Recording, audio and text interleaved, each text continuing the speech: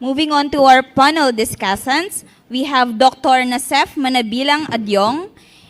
Dr. Adyong is the director of the Bangsamoro Parliament's Policy Research and Legal Services and professorial lecturer at the University of the Philippines, Diliman's Asian Center in Miriam College's International Studies Department. He researches policy issues relating to historical, religio-cultural, socio-political, economic, environmental, and security aspects of the Bangsamoro society and explores decolonial knowledge sources of the Global South, as well as interdisciplinary study between Islam and international relations. Since 2012, he has founded 4 network associations, 1 academic journal, 5 book series, and has published a number of edited books, numerous journal articles, policy papers, book chapters, discussion papers, encyclopedic essays, and reference entries. Dr. Adyong has received more than 23 accolades, including the Noam Chomsky Global Connections Emerging Scholar Award, the BTA Legislative Resolution of Commendation, the UP Scientist Conferment, UP Centennial Professorial Chair Award, the Outstanding Young Men or TOYM Honor, and the PUP Professorial Chairholder Award, amongst others. Please give a warm round of applause to Dr. Nasef Manabilang Adyong. Ado, may we invite our panel moderator and discussants to come up on stage. Let's give them a warm welcome of applause.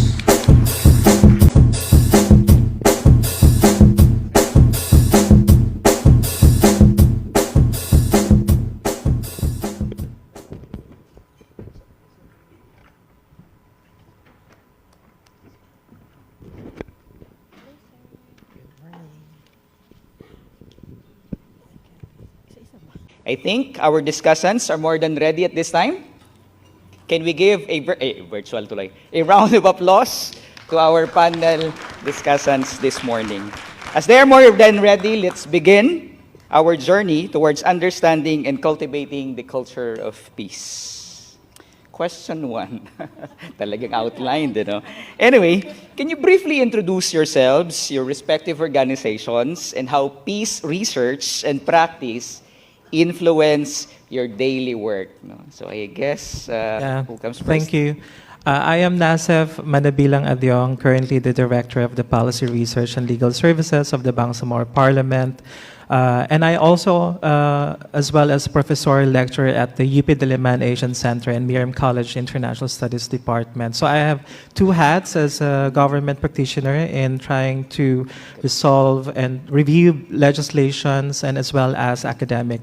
Before going to the government side, I was already an academic doing research, not only in peace-related studies, but also in peace and conflict studies. My first research interest was about Middle East. That's the reason I have some publications on Palestinians, social constructivist understanding on Palestinians, on preventing violent extremism as well. And I'm also a multi-sectoral advisory board member of the Armed Forces of the Philippines and Civil Relations Service. So I also provide advisorship to the AFP in terms of the PCV efforts that they're undertaking. And as well as, and then transitioning to the government position as the director when the Speaker of the Parliament invited me to head the research center. We conduct reviews not only upon request of the members of the parliament, but as well as we wanted to make sure that all the legislation somehow exhumes peace, a culture of peace to all of the proposed bills and resolutions. To a certain point, we provide more concentration on bill legislation than resolution because resolution is a sentiment of a member of the parliament. It has no declaratory laws. So we provide more focus on bill proposed by the members of the parliament, as well as especially on bills that have been progressed to second reading, which is at the committee stage, where there is a certainty that all the bills at the committee level will be enacted as a law. So those are the things that we do. We provide reviews upon request of the members of the parliament as well as upon the request of the committee chair. And we make sure that all of our my literature and some of my publications on peace works have somehow resounding effort to the reviews that we're doing in all of the legislations. As well as we also consult, do stakeholders engagement, not only with the academic people, but as well as to the people themselves. As you may all know, I founded the Decolonial Studies Research Network, the UP Decolonial Studies Program. I was very enticing and interested at the last presentation yesterday who talked about how to decolonize and provided Kalinga expression and framework to peace works. So we try to make sure that there is a resounding decoloniality in all of our legislations. That's the reason I'm wearing this one, and I don't wear some kind of a Western clothing. But that's the focus that we're trying to aim to provide in decolonial efforts, the Islamic expressions. That's the reason why in 2021 I published the moral governance of the Bangsamoro society. So those are the things that I can provide for now, and then I'll try to answer some of the questions later. Yeah, thank you so much, Dr. Adjong. Ms.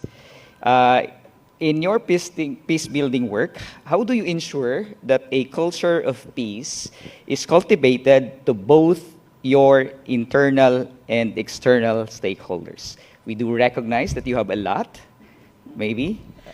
Meron bang banyaga dito? Magtatagalog na lang Ay. ako. We have? We have few. Yeah. Okay. Ako? From Indonesia daw po. I'll just speak Taglish. Ah, sure. So, in your peace building work, how do you ensure culture?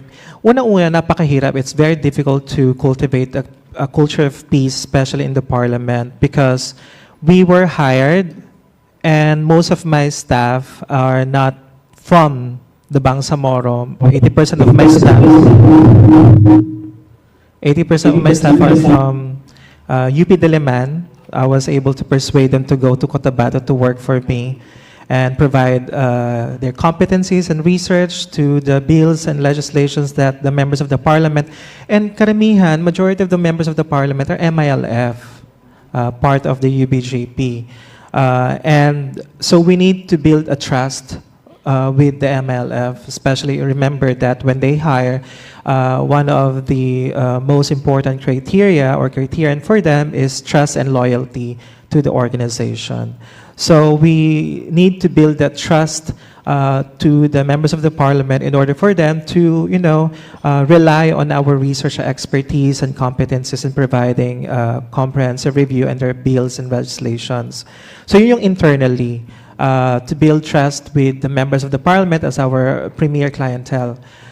Ikalawa, doon naman sa external stakeholders ay mahirap rin kasi wala rin kami masyadong karampatang pondo or funding to do FGDs outside the parliament.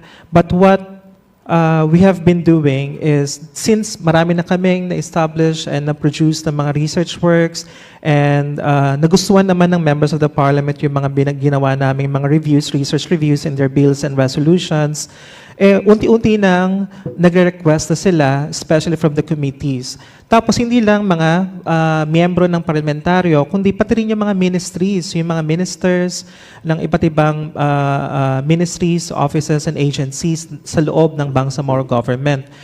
Even the Office of the Chief Minister, nagpapatrain na rin sa amin to do how to do and draft policy research, and other ministries as well, and commissioners like Bangsamoro Women Commission, Bangsamoro Sports Commission, and other ministries in health, in agriculture.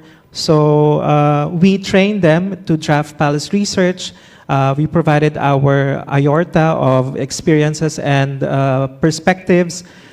Sa external stakeholders naman, out sa, sabihin natin, the community themselves, nagkakaroon kami ng engagement mula doon sa member of the parliament. Pag gagawa ng policy consultation or public consultation or committee consultation ang mga members of the parliament, doon na kami umaangkla at pupunta na makipag-usap sa mga naimbitahan nilang mga FGD participants o mga resource persons, yun ang lagi nilang tawag sa mga committees, resource persons. And then, doon na namin ginagawa yung aming KII or FGDs.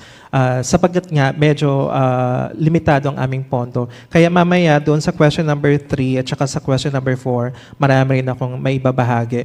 Pero internally, we need to build trust, and externally, we are anchoring on the resources that we're getting from the members of the parliament, as well as from the funding that we were accorded by the Finance Service of the Parliament. So, yun lang muna aking ko-contribute sa usapan, and looking forward sa ating open forum. Thank you so much. Dito sa katanungan na to, papaano ma-help reinforce, mapagpatibay ang pananaliksik at ang kasanayan, practice, to help bridge the gap between theory and action. Ito ay isang kanluranin o panghilagang debate. Wala ito sa ating kultura bilang Global South na pinag-usapan. Ito ay inimpose lang sa atin, kailangan meron talagang debate sa teorya at saka practice or praxis.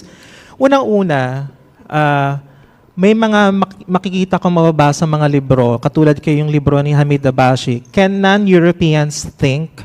So ibig sabihin, tayo ba na non-Europeans are able to provide contemplation or thinking or thoughts or even theorize, or can we even recognize ourselves as theoreticians?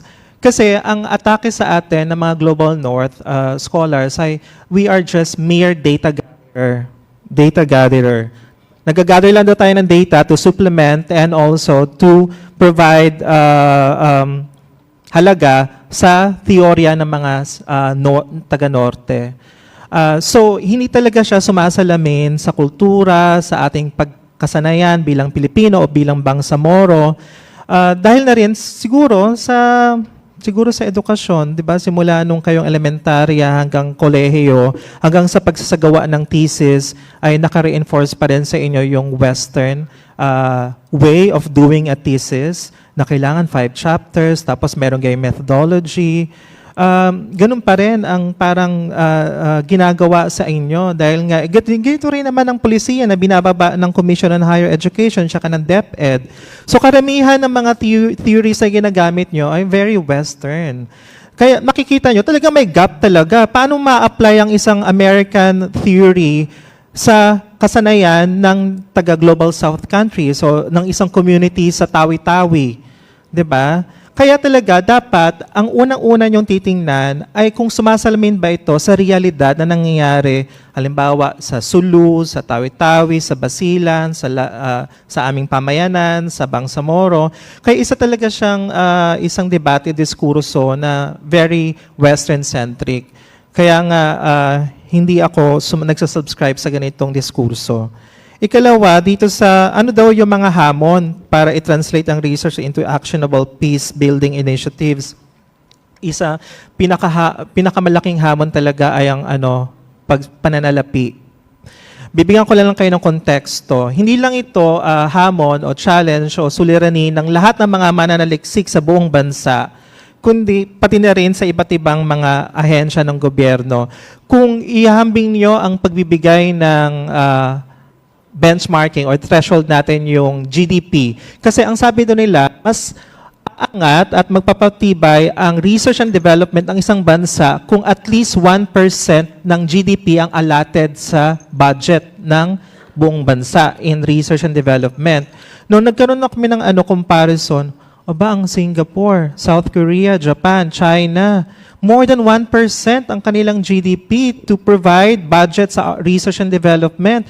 Nasa 4, 5, 6%. Tapos even Malaysia and Thailand, more than 1% of their GDP. No, kapag tingin ko sa Pilipinas, ang GDP na inaalat for research and development, 0.016. Yun lang yung binibigay na pondo para sa research and kahapon yata nandito ang National Research and Council, NRCP. So makikita mo rin sa amin sa BARM, makikita mo yung binibigay na pondo sa mga research division or research units ng ibawat, 'di ba? I speak may hugot.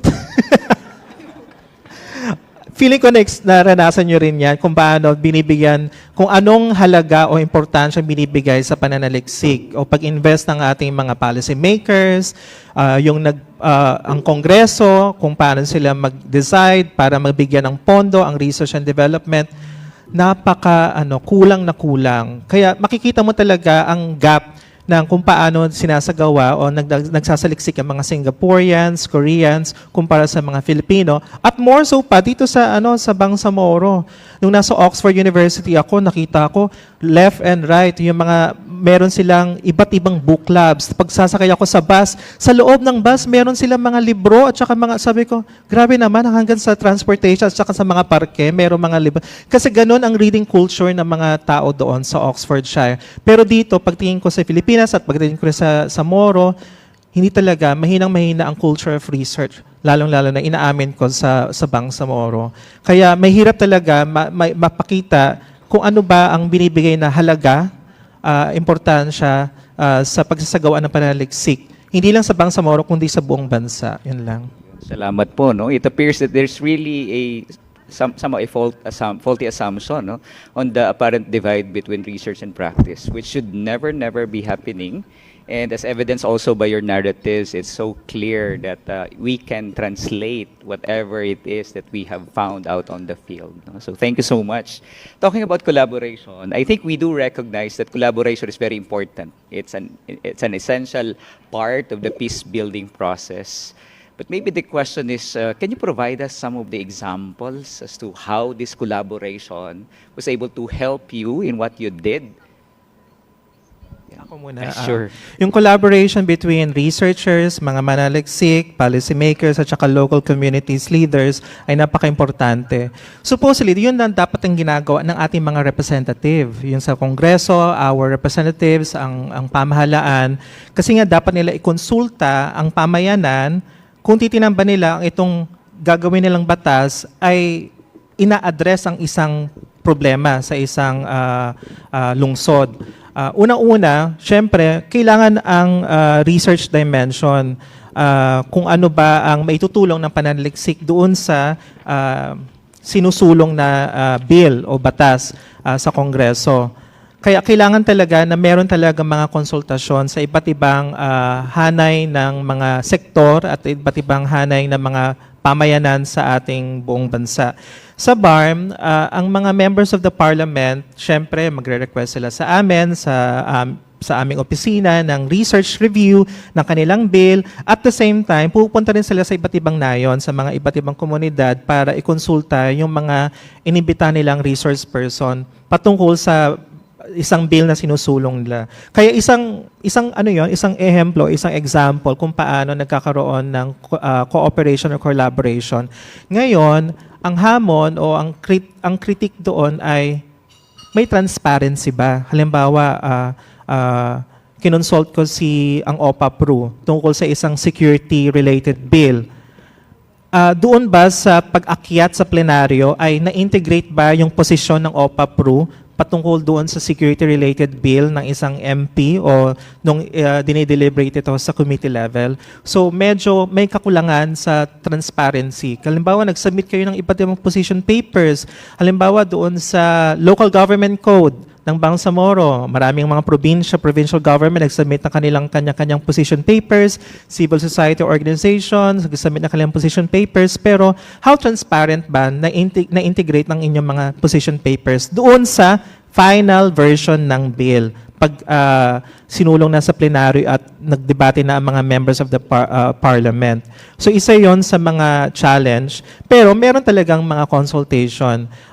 Kailangan talaga ma-inform ang policy making ng pananaliksik. Kasi kung hindi, kanya-kanya nilang mga policy maker base sa kanilang imagination kung anong gusto nilang policy ang gusto nilang isagawa.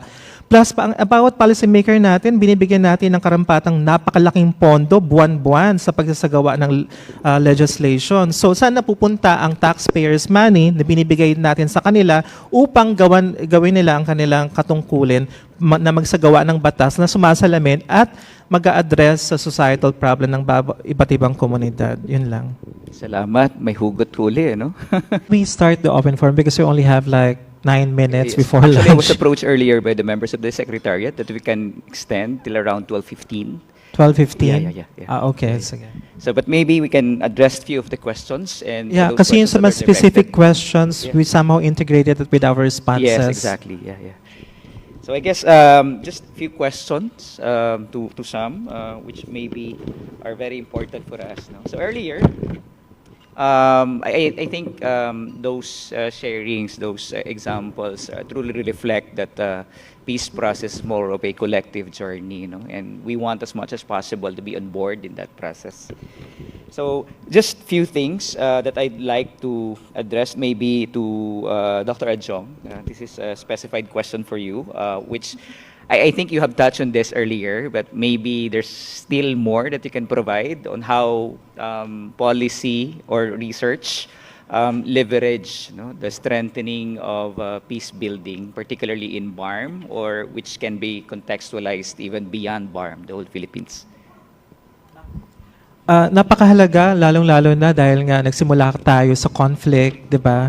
Ang unang punot dulo ng pag-establish ng Bangsamoro government, even nung panahon pa ng ARMM, ay dahil sa conflict. At dahil dito, kailangan talaga lahat ng mga policy making, pagsasabatas, ay dapat nakaangkla talaga sa peace-building efforts like providing amnesty, yung normalization track for MLF, giving them socio-economic development programs, di ba meron pa nga silang cash assistance for their livelihood and benefits na nagkakalagang 100,000 pag na-decommission sila. Tapos yung political track, meaning pag-establish ng Bangsamoro government, lahat ito ay napaka-importante sa Bangsamoro government. Yan lang. Yes, thank you so much. So at this point, maybe we can ask members or the floor if you have some questions that you can directly address to our members of the panel. Just raise your hand and maybe the members of the Secretariat will be able to assist you by giving you the microphones. Yan. It's ano yun? 30? 20? Thank you very much. Ako po si Badruddin Abdul from MSU Maguindanao. Gusto kong tanungin yung speaker ng CRS, sino ba yun? Nakalimutan ko, paki-flash yung pangalan. Si Ma'am...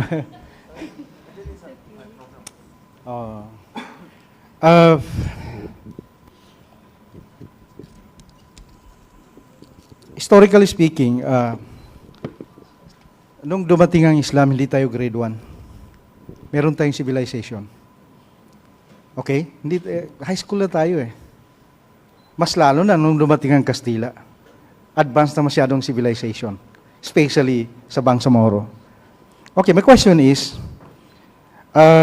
what are your consideration in crafting a framework for a local dialogue in the Bangsamoro?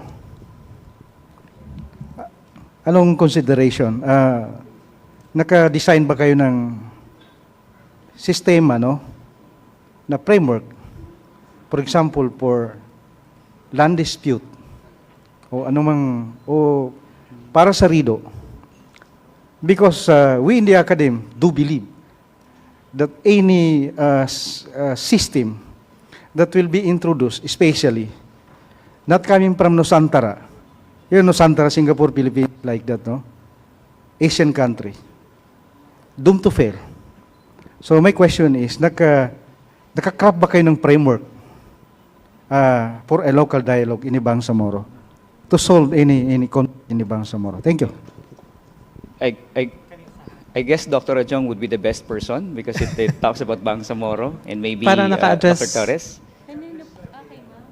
Kay ma'am. Okay. Sagutin ko na lang. Sabi mo, meron tayong sibilisasyon bago ba dumating ang mga Kastila. Unang-una, naka-embedded talaga sa Islam ang dialogue, principles of dialogue. Di ba, makikita mo talaga na walang incompatibility between democracy at saka Islam. Kasi nga, di ba, panahon ng propeta, na meron, bago pa, after, ang pag-demise ay meron ng kung sinong papalit na susunod na leader, ay nagkaroon ng shura, consultation, tapos ijma, consensus ng lahat. So meron na talaga tayong ganoong mga konsepto na naibahagi ng Islam sa pamayanan ng mga Moro. Ikalawa, bago pa dumating rin ang Islam, meron na rin tayong sibilisasyon na mas malakas ang acculturation ng Buddhist and Hindu kingdoms. Maalala nyo, di ba, meron tayong Butuan kingdoms. Napakalakas ang kapangyarihan ng Butuan kingdoms at that time. Tapos noong humupa na ang kapangyarihan ng maritime empire ng Butuan Kingdom sa Mandala or International Emporium, ang sumunod naman ay ang Sulu. Ang Sulu ay composed of 3 kingdoms, the Sultanate in the east and then the 2 kingdoms. Kaya malakas ang amalgamation, acculturation ng Hindu culture sa Islamic culture na sinabi mong Nusantara Islam sa Southeast Asia. Kaya meron na tayong mga institutions of dialogue, of negotiation. Pagpupunta ang isang mamamayan, wala pa kasing konsepto ng Moro that time. Kasi nga ang Moro, kinuha lang ito doon sa konsepto ng nasa North Africa. Kaya ang pagkaka-identidad, pagkakakilanlan natin sa Mindanao ay kung saan ako nanggaling. Kilala ko yan, anak yan ng, sabihin natin, anak yan ni Pedro, mula sa munisipyo ng Wao. Ganun ang pagkakakilanlan, yung ating national homeland. So wala yung konsepto ng Moro. Malakas ang, sandali, I'm trying to hold my thoughts, yung policy dialogue at yung mga previous kingdoms. Ang sultan ay hindi basta-basta magpapataw ng polisiya nang walang konsultasyon sa grupo ng mga ulama. Kaya makikita nyo ang diferensya ng kaharian ng mga European kingdoms sa mga sultanate systems. Kasi the sultan cannot arbitrarily decide to use state treasury without being checked and balanced by a assemblage of scholars. Kumpara doon sa absolute sovereignty power ng mga kings and queens of Europe, walang absolutism sa Islamic civilization. It is the Sharia that conforms to the actions and behaviors ng mga sultanate system, ng caliphate. Dito kasi sa Pilipinas, kaya makikita mo malakas ang impluensya ng Hindu dahil nga, di ba meron tayong mga Datu, Raha, Lakandula. Ito ang impluensya ng mga Hindu. Tapos nung dumating ng Islam, nagkaroon tayo ng mga sultan. These are all Datu system or nobility system sa ating pre-colonial society. Ngayon, siguro ang maaari yung makita ay paano natin ma-reconcile ang pagiging modernong tao na nakatira ngayon sa 21st century doon sa mga tradisyon at mga kultura na kinalakhan ng ating mga ninuno hanggang sa ngayong modernong konteksto patungkol sa negosasyon o pakikipagkapwa. Di ba nga yung isang konsepto, pakikipagkapwa-tao ay very Filipino. Tapos meron tayong, lalo na yung term ng peace, paano maintindihan yan ng mga Maranao? Ano ba ang konsepto ng peace sa mga Maranao, sa mga Maguindanao, sa mga taga-Tausug? Ano yung Tausug term for peace? Kasi hindi nila maintindihan kasi English. Pag tinranslate mo yan sa local language, marami ng perspectives, epistemologies, marami na yung kaisipan doon sa kanilang kinalakihan bilang Bangsamoro. Kaya maganda talaga nung si Kalinga expert na nagbigay siya ng mga framework mula doon sa Northern Luzon para makita nyo rin na paano ba natin matatranslate ang peace research, education, peace practice sa local customs and norms and morals and folklores ng Bangsamoro para mas lalong maunawaan. Kaya sa policy making dito sa Bangsamoro government, hindi lang siya nakasulat sa Ingles. Meron kaming translation division na that would translate policies, laws in Maranao language, in Maguindanao language. Kasi kung nandiyan lang yung policy at hindi naman maunawaan ng mga tao, wala rin silbi, di ba? Lastly, Dr. Adjong. Siguro madali lang kasi magla-lunch na tayo. Diba? Gutom na ang lahat. Totoo. As much as I want to be optimistic, medyo pessimistic ako. Gusto ko sana magdagdag sa mga sinabi doon sa katanungan na ano pang mga aksyon o mga rekomendasyon mo para ma-enforce ang peace-building efforts sa BARM. Nako, after the Supreme Court decision to remove Sulu from Bangsamoro, ano maging implication yon sa BARM? Lalong-lalo na may mga estudyante na may kontrata sila, may scholarship yung mga Suluan students for the past 4 years, sa succeeding 4 years sa kanilang pag-aaral. Tapos yung mga empleyado sa Sulu na more than 18,000, matatanggal na lang dahil sa Supreme Court decision na nag-rely on the no vote. In January 21, 2019, the Sulu had 163,526 no vote against to ratify Bangsamoro Organic Law. Say yes vote ng 137,630. So, ang gap nito ay nasa 25,896. Doon nag-rely ang Supreme Court. Ang census ng Sulu during that year was 1,108,000 at ang registered voters ay 376,235. So sana man lang ang Supreme Court, may bang mga tao sa Supreme Court, sana man lang bago tayo gumawa at saka bakit ngayon pa na election na next year? Tapos ngayon lang nagbaba ng desisyon to remove Sulu. Sa Sulu nga nagsimula ang struggle, revolution. 'Di ba? Sa kanila nagsila historically. Tapos sumunod na lang ang mga sumunod na mga Bangsamoro communities to 'di ba? To gain independence, so ngayon autonomy. So dapat man lang sa Supreme Court gumawa man lang kayo ng legal research. Siguro dapat in-update yung plebiscite 2023 or 2024 kasi noon wala pa yung BARM. Ngayon meron ng BARM, sana man lang gumawa sila, pumunta sila sa Sulu, nag-survey, o gusto niyo pa ba yung no kayo o yes sa pag-plebiscite ng ano. Ito rin yung sinasabi, kung yun ang kanyang pamantayan, bakit yung mga nag-guess na municipalities sa Lanao del Norte, bakit hindi sinali sa Bangsamoro, pero ang sinali lang yung 63 barangay sa North Cotabato? Kung gano'n rin naman ang inyong legal interpretation of that constitutional provision. So, nire-reinforce lang nito yung mga sinabi ng mga European political thinkers, the state monopoly on violence, that the state has the legitimate authority to use force. Makikita niyo yan sa mga sinabi nila Max Weber, nila Thomas Hobbes, Leviathan, at saka ni Jean Bodin, sa kanilang mga sinasabi na ang Estado ay ang meron lang lehitimong makakagawa at makaka-use ng violence. The state monopoly on violence. Sa Islam, walang ganon. Kasi sa Islam, maraming institutions. It's multicultural, polyphonic of civilizations. There is no compulsion on religion. The first verses in the Quran is as if you kill one person, it is as if you have killed the entire humanity. If you save one person, one soul, it is as if you have saved the entire humanity. So, sana man lang gumawa ng malalim na pananaliksik.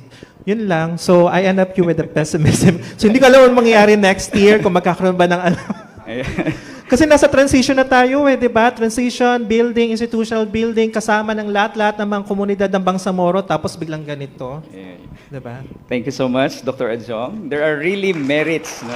Our panel discussant, Dr. Nasef Manabilang Adyong, in recognition of his invaluable contribution as discussant on a panel discussion during the 4th OPAPRO Research Conference with the theme Seeds of Peace, Cultivating Peace Research Towards Shared Solution, given this 10th day of October 2024, signed Secretary Carlito G. Galvez Jr.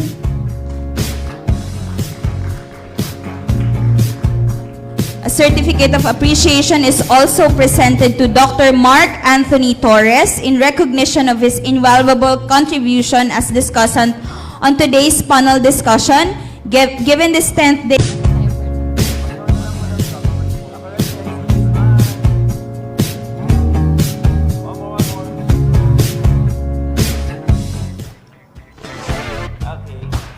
Thank you so much. On that note, we will now have We do not want to disturb any of our internal peace and personal peace. So we'll now have our lunch. So it's 12:40. So we'll